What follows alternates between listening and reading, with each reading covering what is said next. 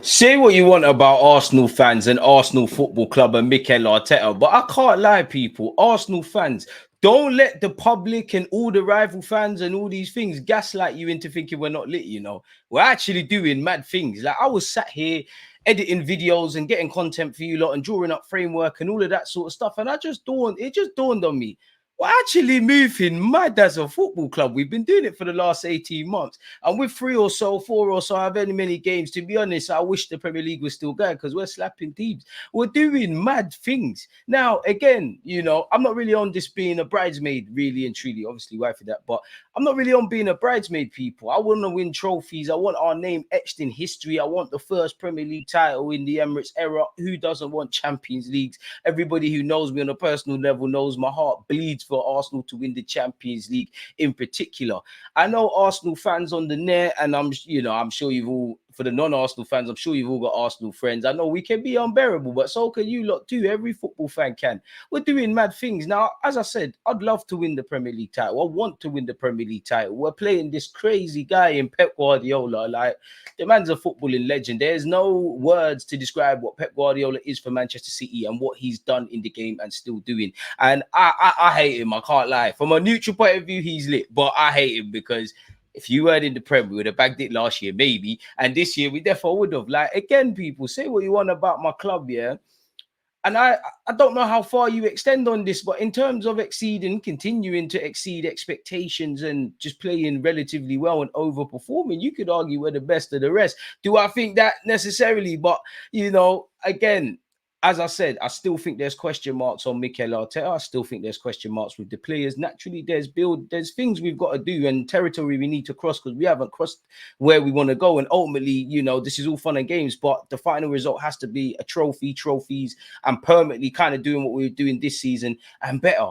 And again, nobody's free from criticism. I'm not saying put your head up with the fairies, and I'm not saying, you know, just be negative for no reason. You have to approach it with balance. But while football, nothing's a given, nothing is presented to you, nobody knows where it's going. Like, I don't think it's a crime to be relatively optimistic about Arsenal Football Club, because, and I'm talking to the Arsenal fans at this moment. Better aside, you know me, I try and provide in-depth debates and stuff, but let's be honest, even when we're playing dead, we're catching life. Like, we've obviously lost games and drawn games and had disappointing moments this season.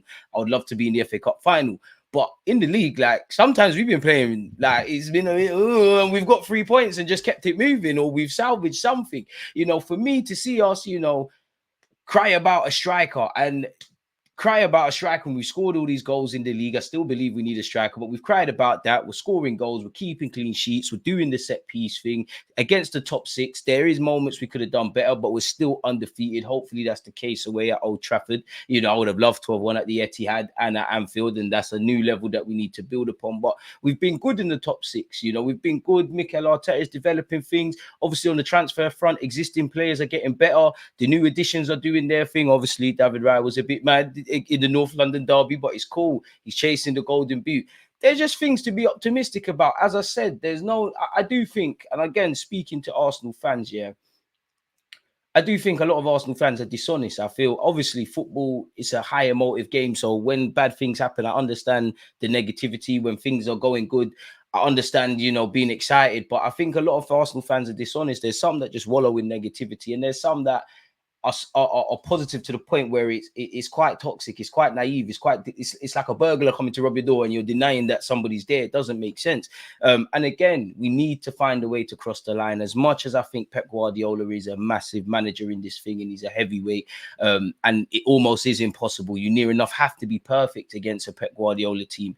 And on one hand, you know, obviously Arsenal fans and our club will get bantered for not winning the league title. I don't look at the league table and not winning the league title and all of that jazz. But at the end of the day, if Pep is this big bad nemesis, you know, trebles, 100+ points, on border to really, you know, about to cross the border of doing a 4P, and he's broken every stat there probably is in the Premier League and in football. If he's this big guy, and, you know, not to diss Arteta, because you can see I'm rating him, like, he's been in the job 4 years or something like that. Now, again, that's not to paint him any excuses. I do think Arteta has things to learn, and he's obviously learned on the job and learned very fast. And, you know, considering someone who is inexperienced taking this mammoth club and this mammoth task of where Arsenal are, it is about time, you know, judging on the time he's been here, that we look like a decent football club, because we can't act like we've got pennies to spend. But He's doing his thing. And if Pep is up here and Arteta is relatively down here with the other managers, with the greatest of respect to them, but mainly just thinking about what Pep is, then really what more could you ask for? Again, what I'm asking for is trophies, because at the end of the day, Mikel Arteta, one love to what you're doing great things.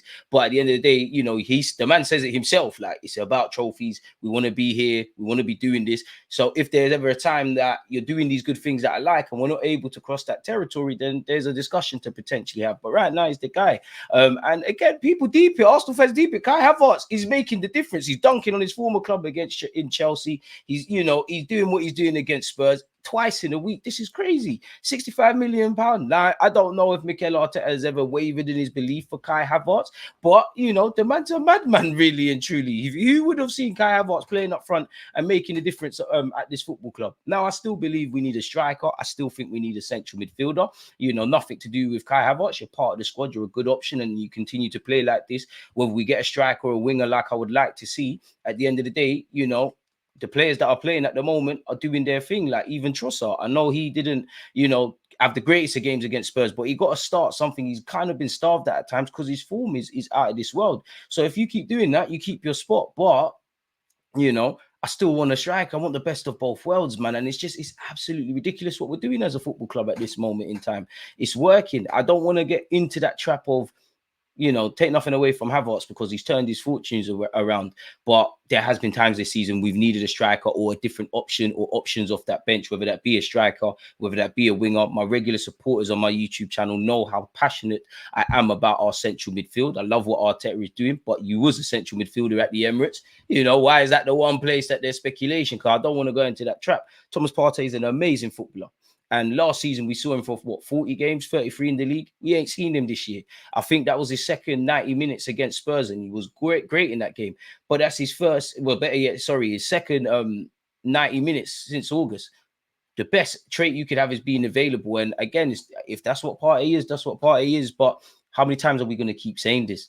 How many times are we going to keep saying this? Mikel Arteta himself said we've got one of the smallest squads in the league. I rate what Arteta is doing, but you've been here 4 or 5 years. You know the league as a player. Again, I think you're a smart man. You learn quickly. You find new ways. You're very innovative. So if you've come out and said that to the public, I think he said that a few months ago. But if you said that a few months ago, you knew that probably 2 years ago, really. And again, I'm not a fly on the wall at London Coley. I don't know what we've tried to do or not to do, but it does feel like we're having the same kind of conversations in that regards, as much as, Declan Rice and Kai have added something. Odegaard, Saka getting better. Martinelli's having a tough period, but form is temporary, class is permanent. And we're doing good things, Again, one thing I would have loved to have seen, the icing on top of where we are at this point in the season would have been to get more points on the board against Chelsea, Spurs, Chelsea, Spurs, West Ham, Newcastle, Aston Villa times 2, Fulham times 2. I know you can't win them all, draw them all, but if we just had 6 more points on the board, where would we be? I don't look at the league table. And depth, man, because one thing I do believe this season, and I genuinely believe it, and I'm not saying Arsenal are the biggest and baddest in the world, because we'd definitely be in the cup competitions, what I'd love to see, and in the finals of such. But as I was saying earlier, kind of when we've not played amazing, like we didn't do in the North London derby, we've got the 3 points, which is also, side note, something I like, because as an Arsenal fan, for years I've seen us dominate possession, have all them statistics. Apart from what matters is putting the ball in the back of the net, getting the 3 points. We've shown we can do that, shown we can stink up the place. We're a bit more street smart in that regard. I just don't see how people can't believe in it. I'm not saying how you can't have criticisms and things, and I'm not saying we're going to win in the media. I don't expect Gary Neville and all these pundits to ever paint Arsenal as a football club to be admiration, and I don't really care. We're Arsenal. We're supposed to not be liked. Anyone that's achieved anything in life from an individual point of view or a team, the Invincibles weren't liked. Arsenal fans, we loved them. They weren't liked. Jose Mourinho's Chelsea sides defo weren't liked. Liverpool a bit different. Okay, they were like United, Ferguson, they were bullying the league. Defo weren't liked.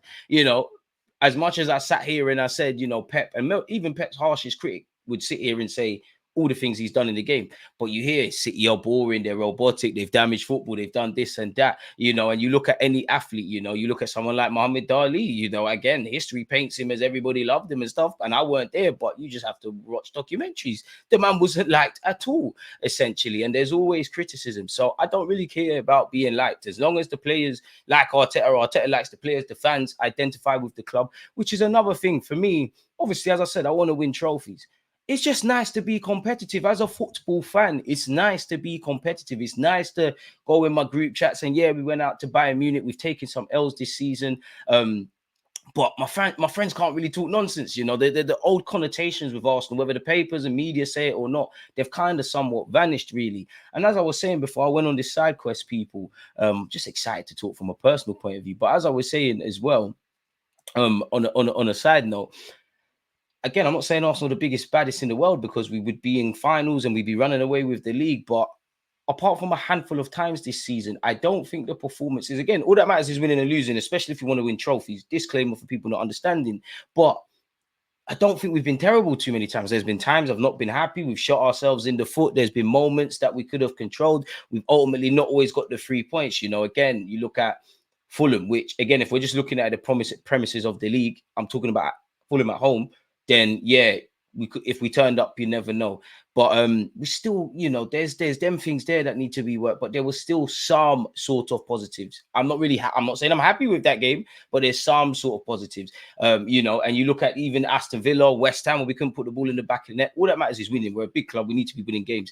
But that's kind of what I'm saying. You look at those, like Fulham away, for example. Fulham away, there's no positives. West Ham away in the League Cup, no positives. We was proper crap. Other than that, it's been a bit of others. And to be fair, as much as we've been winning games, there's many things we could have done better, really and truly. There's many things that, even though we won in the North London derby, that I saw in the North London derby, that shot us in the foot at the game at the Emirates, and to a degree, Chelsea at Stamford Bridge. As I said, the top 6 record's been great, but the next step is making it even more perfect, because that's the only way you can kind of catch Pep Guardiola. I mean, he's contracted until 2025, so, you know, hopefully he doesn't sign a new deal at City and he goes back to Barcelona and has a romantic story over there. But yeah, man, don't let the fans and whatnot, you know, Arsenal fans, you give it out, you got to take it, but don't let them gaslight you to not think that we're just competitive again. How far being competitive goes, if that correlates to winning trophies, which I hope and I think it needs to, as much as I can comprehend the project and process and all these things that we're on, cool. But like, it is what it is. We've entered this table. You have to hold your licks at where appropriate. But like, don't let them gaslight you. We can't win. Like, we can't win. You can't have it both ways, man. You can't say we're overrated and then slag off Saka at any given occasion. Say the same about Kai. Say the same about Rice. Arsenal fans, we can have as much opinions as we want. I'm talking about the wider world. But if, you know, and we know Saka's not a left back, but if they, you know, critics were saying he was just a left back, I'm seeing 30-odd goal contributions. We don't know Kai Havertz's his best position. And I'm not saying Kai is the be-all and end-all. I clearly said we need to stay on the side of striker and not get gassed off the present, if that makes sense. But if he's not a striker, Saka's a left back, they're playing out of position. We've got one of the smallest squads. Certain players cannot stay fit. We haven't got the mentality. We got this, we got that, we got the other. Then we've done all right. I was disappointed to go out to Bayern Munich.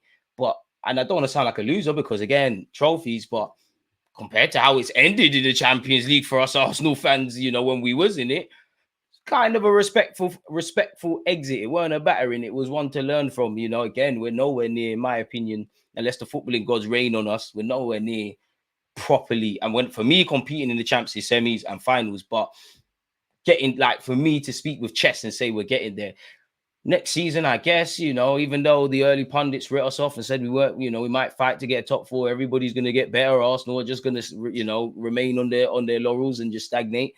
You know, we've found ourselves in a title challenge. You know, if it doesn't end the way we'd love it to, then we've got no choice but to go again. And we've got no choice but to seriously internally look at why we didn't do it. Again, it's impossible to really beat Pep Guardiola to a Premier League trophy.